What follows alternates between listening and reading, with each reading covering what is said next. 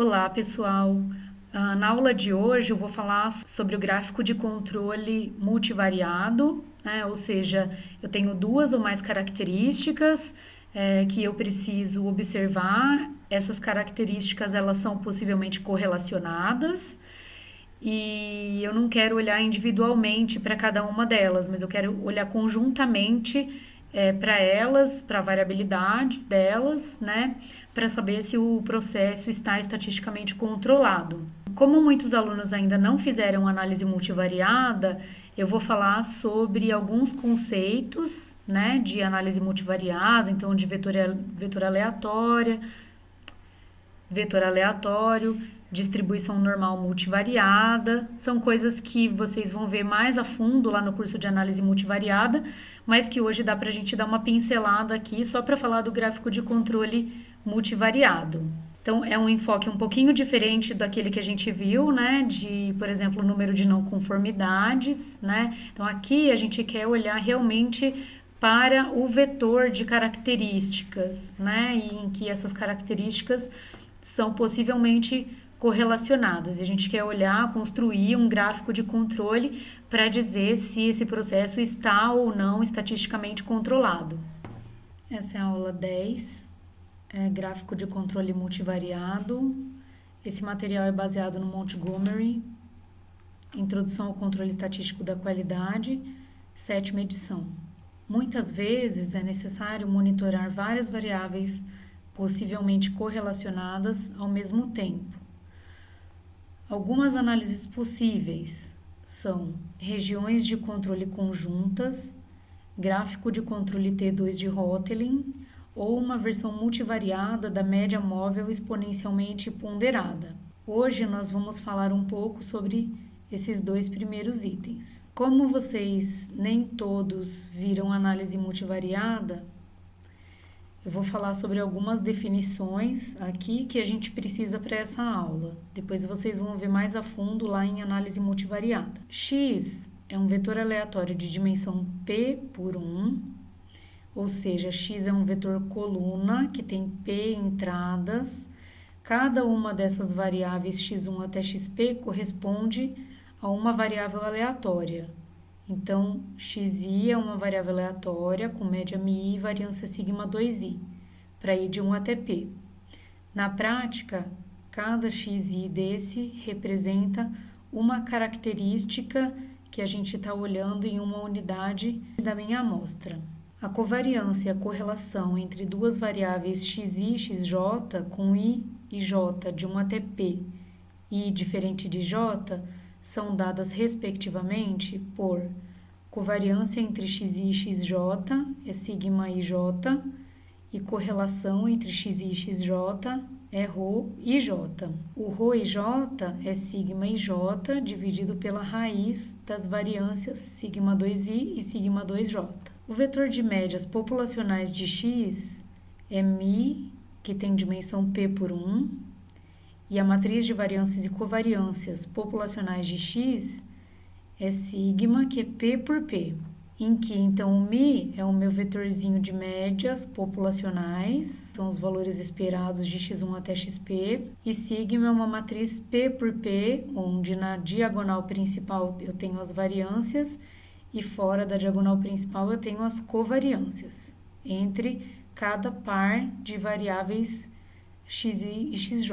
Note que sigma é simétrica, porque a covariância entre xi e xj é igual à covariância entre xj e xi, para i e j de 1 até p. Matricialmente, a variância do meu vetor x, que é sigma grande, é o valor esperado de x menos mi vezes x menos mi transposto. Então, essa daqui é a forma generalizada da matriz de variâncias e covariâncias, no caso matricial, tá? Como exercício, vocês podem pensar como que é calculada a variância de um certo x em termos de um valor esperado de uma expressão quadrática aqui dentro. Além disso, a correlação de x, que eu vou chamar de p, ela é nada mais do que uma transformaçãozinha aqui da minha matriz sigma, tá? Mas são propriedades que vocês vão ver lá em análise multivariada. Uma das formas de se definir a distribuição normal multivariada é essa daqui. Então, o vetor x tem distribuição normal multivariada se a sua função densidade de probabilidade for dada nessa forma aqui.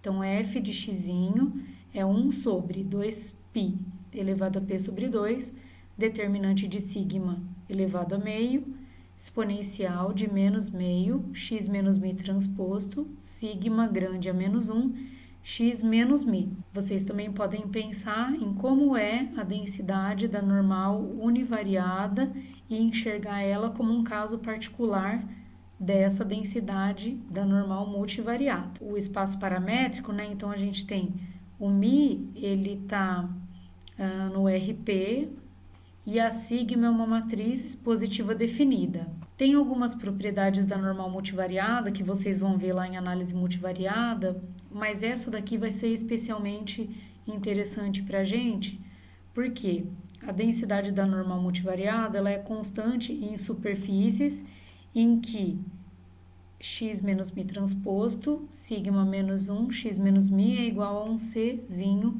ao quadrado.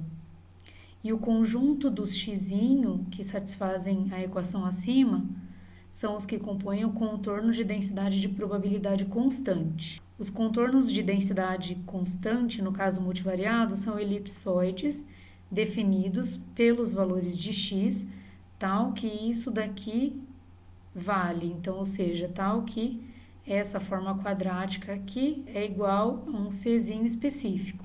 Esses elipsoides têm centro em mi e eixos em mais ou menos c, raiz de lambda i e i, em que lambda i e i é um par de alto valor e alto vetor de sigma. A gente não vai entrar em muitos detalhes aqui, mas vocês vão ver isso com detalhes em análise multivariada. A média e variância amostrais, no caso multivariado, são dados da seguinte forma. Então, a gente considera uma amostra aleatória, só que agora, x1 até xn, cada x desse é um vetor que tem dimensão p por 1. Então, x1 até xn é uma amostra aleatória que vai ser observada. A média amostral é o x barra, só que esse tiozinho embaixo aqui a gente está denotando como um vetor, né? Vai ser a soma para i de 1 até n de xi dividido por n. E a dimensão dessa média amostral é p por 1 também. Então, você pensa, você tinha p características, né, que você ia observar nos seus indivíduos, por exemplo, cada característica vai ter uma média. Então, o vetor de médias vai ter a mesma dimensão do vetor original. Se vocês quiserem pensar num exemplo, considera 3 características de uma peça que você vai olhar: largura, a altura e a densidade. Então, são 3 características, né, que você vai olhar em cada peça produzida. O seu vetor de médias, nesse caso, vai ter dimensão 3, porque você tem a altura, a largura e a densidade. Sua média tem a mesma dimensão do seu vetor original. A matriz de variâncias e covariâncias amostrais é calculada dessa forma aqui, tá? Então, a gente vai ter uma matriz que vai ter as variâncias na diagonal principal e as covariâncias amostrais fora da diagonal principal. É possível mostrar que o valor esperado do vetor de médias x barra é mi, que é o vetor de médias populacionais. E o valor esperado dessa matriz S, que é a matriz de variâncias e covariâncias amostrais, com n aqui no denominador, o valor esperado dela é sigma. Tá? Vocês também vão ver isso lá em análise multivariada. Bom, vamos considerar primeiro o caso em que P é igual a 2. Ou seja, eu tenho 2 características de uma peça, por exemplo, que eu quero observar. Então, suponha 2 características da qualidade x1 e x2, que conjuntamente têm distribuição normal bivariada, com média mi, mi1 e mi2. E matriz de variâncias e covariâncias, sigma, que vai ser sigma 1 ao quadrado, sigma 1, 2, sigma 2, 1 e sigma 2 ao quadrado. E essa sigma é suposta conhecida.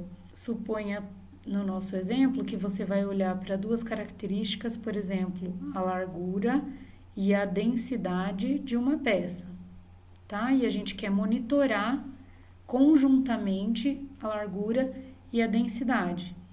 Digamos que essas duas quantidades estejam correlacionadas. A forma mais simples de fazer um monitoramento da qualidade dessas duas características seria considerar dois gráficos x-barra, por exemplo, né? Só que aqui a gente não está levando em consideração que essas características estão possivelmente correlacionadas. Uma forma um pouco mais geral seria, além de olhar para os gráficos de x-barra das duas características, a gente olhar para o gráfico de dispersão, por exemplo, né?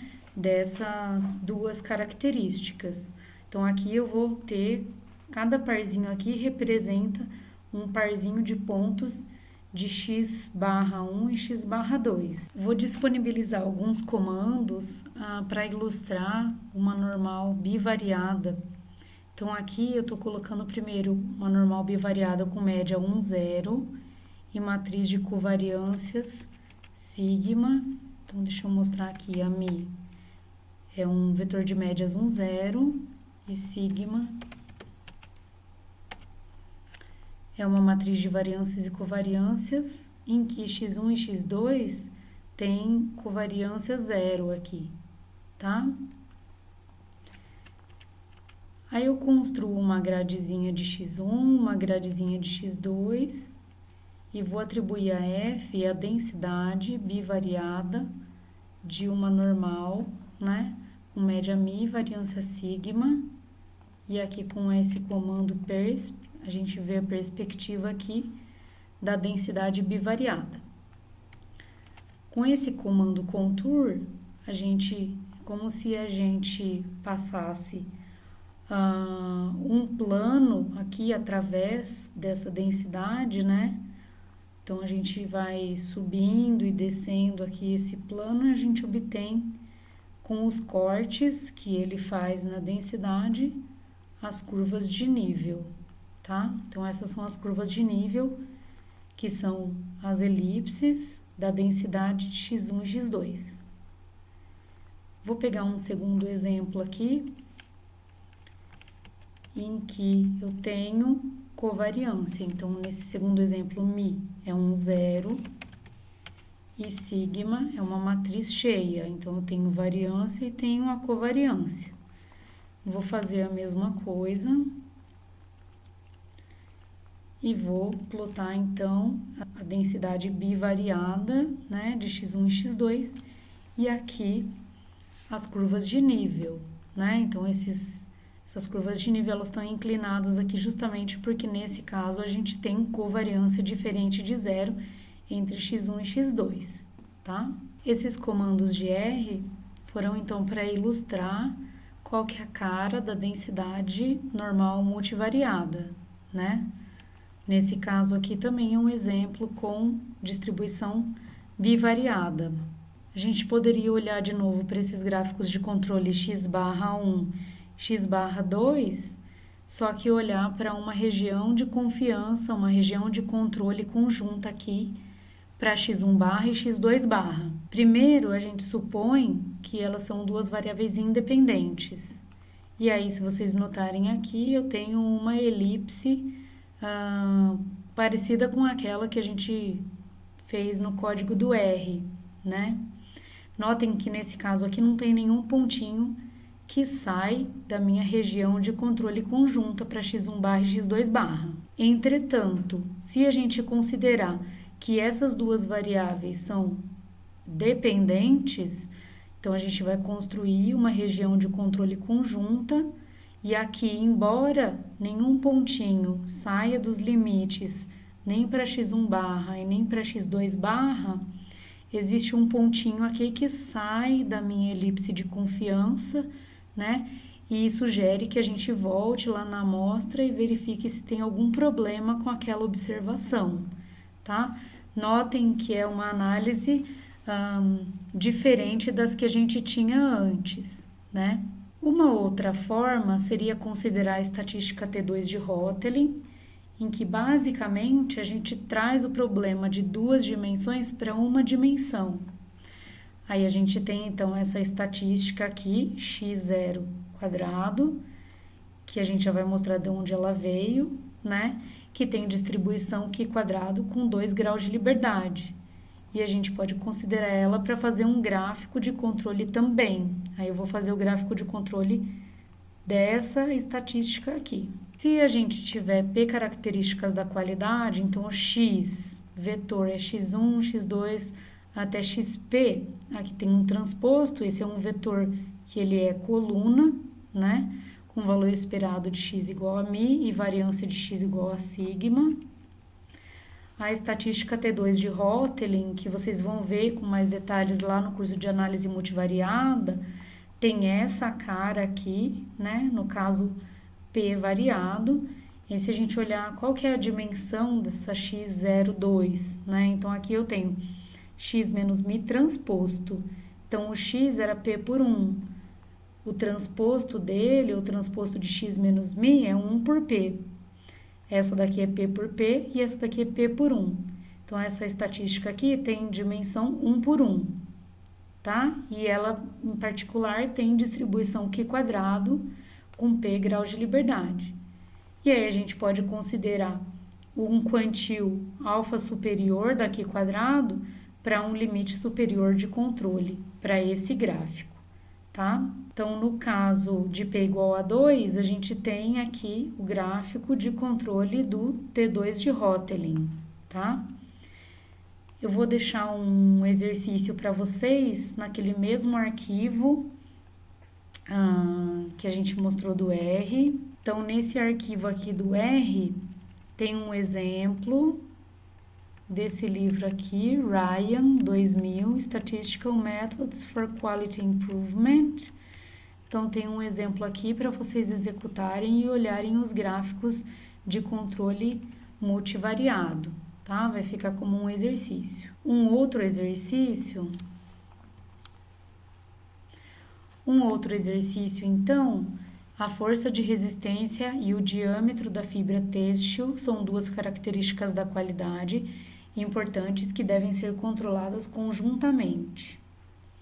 O engenheiro da qualidade decidiu usar N igual a 10 espécimes de fibra em cada amostra. Obteve 20 amostras preliminares e, com base nesses dados, concluiu, então... uma coisa importante que eu não falei para vocês é que, como a gente fez nos exemplos anteriores, é comum, quando você não tem o μ conhecido, obter uma amostra preliminar, né, como é sugerido nesse exercício, por exemplo. Então, 20 amostras preliminares, com base nesse você vai calcular a média das médias, né, para cada uma das variáveis, e a média das variâncias e a média da covariância, e aí com isso daqui você vai estimar, então, o vetor de médias e a matriz de variâncias e covariâncias, tá?